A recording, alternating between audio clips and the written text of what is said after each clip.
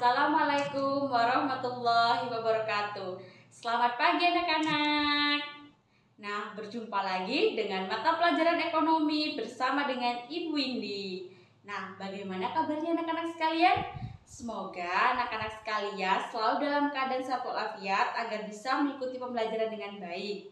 Nah, jangan lupa untuk tetap menerapkan protokol kesehatan. Nah, sebelum memulai pembelajaran, mari kita membaca doa bersama-sama agar pembelajaran pada pagi hari ini bisa berjalan dengan lancar dan bisa bermanfaat bagi anak-anak sekalian. Berdoa dimulai. Berdoa selesai. Bagaimana anak-anak? Apakah anak-anak sudah siap dalam mengikuti pembelajaran pada pagi hari ini? Jika anak-anak sudah siap, berarti semalam sudah belajar dong mengenai materi apa yang akan kita bahas pada pertemuan kali ini. Jika ada yang tahu, kita akan bahas mengenai materi apa? Ya, kita pada pertemuan pada pagi hari ini akan bahas mengenai siklus akuntansi perusahaan jasa. Namun, sebelum Ibu menjelaskan lebih dalam mengenai siklus akuntansi perusahaan jasa, Ibu akan sedikit menjelaskan mengenai materi pekan lalu. Nah, di sini apakah ada yang tahu materi apa yang telah kita bahas pada pekan lalu? Ya, pada pekan lalu kita telah membahas mengenai penyusunan laporan keuangan pada persamaan dasar akuntansi. Nah, pada persamaan dasar akuntansi ini, jika akan membuat penyusunan laporan keuangannya memiliki 4 tahap. Yang pertama yaitu kita harus menganalisis dulu, lalu kita masukkan dalam tabel persamaan dasar akuntansi. Yang kedua, membuat laporan laba rugi. Dan yang ketiga, membuat laporan perubahan ekuitas. Dan yang terakhir, membuat neraca. Sebelum memulai pembelajaran, Ibu akan sedikit menjelaskan mengenai tujuan pembelajaran kita pada pagi hari ini. Nah, tujuan pembelajaran kita pada pagi hari ini yaitu diharapkan setelah pembelajaran ini selesai, peserta didik dapat menjelaskan dan melakukan pencatatan mengenai perusahaan jasa dengan benar. Nah, kita langsung saja masuk pada materi yang pertama. Pada materi yang pertama kali ini akan bahas mengenai definisi perusahaan jasa. Apakah anak-anak ada yang tahu apa itu perusahaan jasa? Ya, perusahaan jasa ialah perusahaan yang kegiatan utamanya melayani masyarakat. Nah, jadi produk yang dihasilkan oleh perusahaan jasa ini tidak berwujud, namun dapat dirasakan manfaatnya pada masyarakat. Nah, berbeda halnya dengan perusahaan dagang. Jadi, pada perusahaan dagang ini, produk yang dijual atau yang dihasilkan bisa berbentuk dan berwujud. Contoh dari perusahaan jasa itu sendiri yaitu hotel, salon, bengkel, travel, ekspedisi, laundry, segala macam perusahaan yang menjual jasanya yang tidak berwujud. Bagaimana? Apakah sudah mengerti? Nah, selanjutnya kita akan bahas mengenai siklus akuntansi perusahaan jasa. Nah, siklus itu sendiri terjadi ketika kita akan membuat laporan keuangan. Nah, kan dalam pencatatan laporan keuangan memiliki tahapan-tahapan. Nah, tahapan inilah yang disebut dengan siklus. Dalam siklus akuntansi perusahaan jasa memiliki 3 tahap pencatatan. Nah, apa aja? Ya, yang pertama yaitu tahap pencatatan, yang kedua tahap pengintisarian, yang ketiga tahap pembuatan laporan keuangan.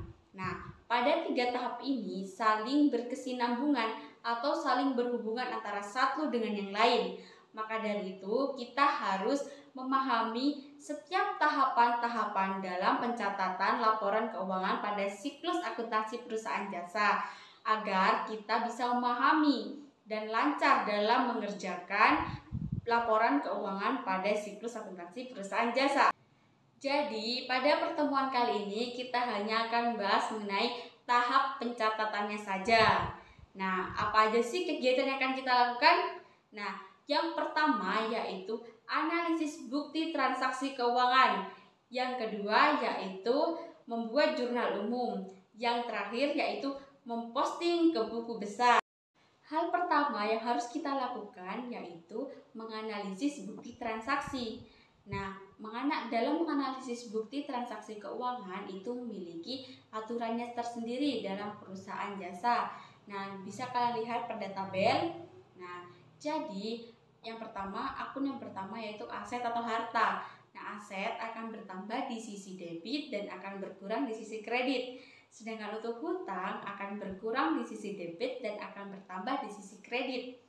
Sedangkan untuk ekuitas atau modal akan bertambah di sisi kredit dan akan berkurang di sisi debit. Nah, sedangkan untuk pendapatan juga akan berkurang di sisi debit dan akan bertambah di sisi kredit. Sedangkan untuk beban akan bertambah di sisi debit dan akan berkurang di sisi kredit. Nah, sedangkan untuk PRIF maka akan berkurang di sisi debit dan akan bertambah di sisi kredit. Nah, jadi bisa kalian lihat bahwa dalam siklus akuntansi perusahaan jasa kita sudah akan bahas mengenai debit dan kredit. Tidak lagi akan bahas mengenai penjumlahan atau pengurangan seperti pada persamaan dasar akuntansi. Nah, kita langsung saja masuk pada contoh analisis transaksi. Nah, pada bulan Juli 2020, Pak Taufik membangun usaha travel. Nah, dengan transaksi keuangan sebagai berikut ini. Yang pertama, pada tanggal 1, Pak Taufik menyetorkan uang sebesar 10 juta sebagai modal. Nah, bisa anak-anak analisis, jadi yang berpengaruh yaitu akun kas dan modal. Jadi, kas akan bertambah di sisi debit dan modal juga akan bertambah di sisi kredit. Nah, kenapa di sisi kredit modal? Karena memang ketentuannya yaitu modal akan bertambah di sisi kredit. Pada 5 Juli, Pak Taufik membeli perlengkapan sebesar 2 juta secara tunai. Nah, bisa anak-anak analisis bahwa pembelian perlengkapan tersebut dilakukan secara tunai atau cash. Jadi, akun yang berpengaruh yaitu perlengkapan pada kas. Jadi, perlengkapan akan bertambah di sisi debit dan kas akan berkurang di sisi kredit. Pada 6 Juli, Pak Taufik membayar sewa kios sebesar 3 juta untuk masa 3 bulan. Nah, bisa anak-anak analisis bahwa kas akan berkurang di sisi kredit sebesar 3 juta dan sewa akan bertambah di sisi debit sebesar 3 juta. Nah, selanjutnya pada 8 Juli Pak Taufik menerima uang dari bank sebesar 5 juta. Nah, bisa anak-anak analisis di sini pada transaksi ini memiliki kata-kata hutang. Jadi, hutang akan bertambah di sisi kredit sebesar 5 juta dan kas akan bertambah di sisi debit sebesar 5 juta. Nah, bisa anak-anak analisis ya dari transaksinya sendiri yaitu ada hutang. Hutang selalu akan bertambah di sisi kredit. Nah, selanjutnya pada tanggal 11 Pak Taufik membayar beban administrasi dan umum sebesar 450.000. Nah, jika kita membayar beban, maka kas akan berkurang dan beban akan bertambah. Jadi, kas akan berkurang di sisi kredit dan beban administrasi akan bertambah di sisi debit. Pada tanggal 12 Juli, Pak Taufik membeli peralatan secara kredit sebesar 3 juta. Nah, jadi bisa anak-anak analisis bahwa pembelian peralatan ini dilakukan secara kredit. Jadi, hutang dari perusahaan tersebut akan bertambah dan peralatan juga akan bertambah. Jadi, hutang akan bertambah di sisi kredit dan peralatan akan bertambah di sisi debit. Nah, jadi anak-anak bisa menganalisis dari transaksi tersebut ya. Pada tanggal 15 Juli, Pak Taufik mengambil uang perusahaan untuk keperluan pribadi sebesar 700.000. Nah, bisa anak-anak analisis bahwa pengambilan pribadi yaitu bisa disebut dengan PRIF. Nah, PRIF akan berpengaruh pada kas. Jadi, kas akan berkurang sebesar 700.000 di sisi kredit dan PRIF akan bertambah sebesar 700.000 di sisi debit. Nah, setelah kita melakukan analisis, selanjutnya kita akan melakukan pencatatan pada jurnal umum. Nah, apa sih yang dimaksud dengan jurnal umum? Jurnal umum ialah media yang digunakan untuk mencatat bukti-bukti transaksi pada perusahaan dalam satu periode. Nah, seperti apa sih bentuk jurnal umum? Nah, bentuk dari jurnal umum itu yang biasa digunakan ialah jurnal umum 2 kolom. Nah, contohnya seperti ini ya. Jadi yang pertama itu ada nama perusahaan, yang kedua jurnal umum, yang ketiga ada tanggal periode dari jurnal umum tersebut. Nah, dalam tabelnya itu ada tanggal, akun, debit, dan kredit. Nah, jadi pada jurnal umum sisi debit dan kredit harus memiliki hasil yang sama atau balance. Nah, bagaimana jika hasilnya tidak balance? Maka jika hasilnya tidak balance, masih ada kekeliruan atau kesalahan dalam proses pengelompokan transaksinya. Nah, untuk lebih mudah anak-anak dalam memahami pencatatan jurnal umum, maka kita langsung saja pada contoh pencatatannya. Jadi kita langsung saja pada contoh jurnal umumnya ya. Nah, dari transaksi tadi yang sudah kita analisis, kita langsung masukkan saja pada jurnal umum. Nah, transaksi tanggal 1 yaitu kas akan berpengaruh pada modal. Jadi, kas akan bertambah di sisi debit sebesar 10 juta dan modal akan bertambah di sisi kredit sebesar 10 juta juga.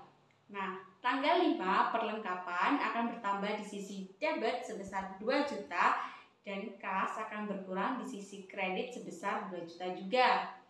Nah, untuk transaksi tanggal 6 yaitu sewa kios. Jadi, transaksinya yaitu sewa di BRI Muka akan bertambah sebesar 3 juta di sisi debit dan kas akan berkurang di sisi kredit sebesar 3 juta juga. Nah, selanjutnya yaitu tanggal 8. Nah, tanggal 8 Juli ini kas akan bertambah sebesar 5 juta dan hutang bank akan bertambah sebesar 5 juta juga di sisi kredit karena perusahaan mendapatkan pinjaman uang dari bank sebesar 5 juta. Nah, selanjutnya yaitu tanggal 11. Tanggal 11 ini akun yang berpengaruh yaitu beban administrasi di sisi debit dan kas di sisi kredit. Nah, selanjutnya yaitu pada tanggal 12 yaitu pembelian peralatan secara kredit, yaitu peralatan akan bertambah di sisi debit sebesar 3 juta. Nah, dan utang akan bertambah di sisi kredit sebesar 3 juta. Nah, untuk transaksi tanggal 15 yaitu PRIF. Nah, PRIF ini akan berpengaruh pada kas. Jadi, PRIF akan bertambah sebesar 700.000 di sisi debit dan kas akan berkurang di sisi kredit sebesar 700.000 juga. Nah, kegiatan selanjutnya yaitu memposting buku besar. Nah, kegiatan ini merupakan tahap terakhir dari tahap pencatatan pada siklus akuntansi perusahaan jasa. Nah, selanjutnya apa sih buku besar itu? Nah, buku besar merupakan ringkasan data yang sudah dikelompokkan atau diklasifikasikan yang bersumber dari jurnal umum. Jadi, buku besar ini pada setiap akunnya sudah dikelompokkan secara sendiri-sendiri, berbeda dengan jurnal umum yang masih digabung menjadi satu tabel. Nah, selanjutnya yaitu bentuk-bentuk dari buku besar. Nah, bentuk yang pertama yaitu bentuk T. Bentuk T merupakan bentuk buku besar yang paling sederhana. Nah, bentuk T ini terdiri dari 4 bagian utama, yaitu nama akun, nomor akun, debit di sisi kiri, dan kredit di sisi kanan. Nah, bentuk yang kedua yaitu bentuk buku besar 2 kolom. Nah, jadi bentuk buku besar 2 kolom ini terdiri dari di kolom kiri yang berisi debit dan keterangannya, dan di kolom kanan berisi akun kredit dengan keterangannya. Nah, untuk bentuk yang ketiga yaitu bentuk buku besar bersaldo. Nah, bentuk buku besar bersaldo ini merupakan bentuk buku besar yang paling umum digunakan.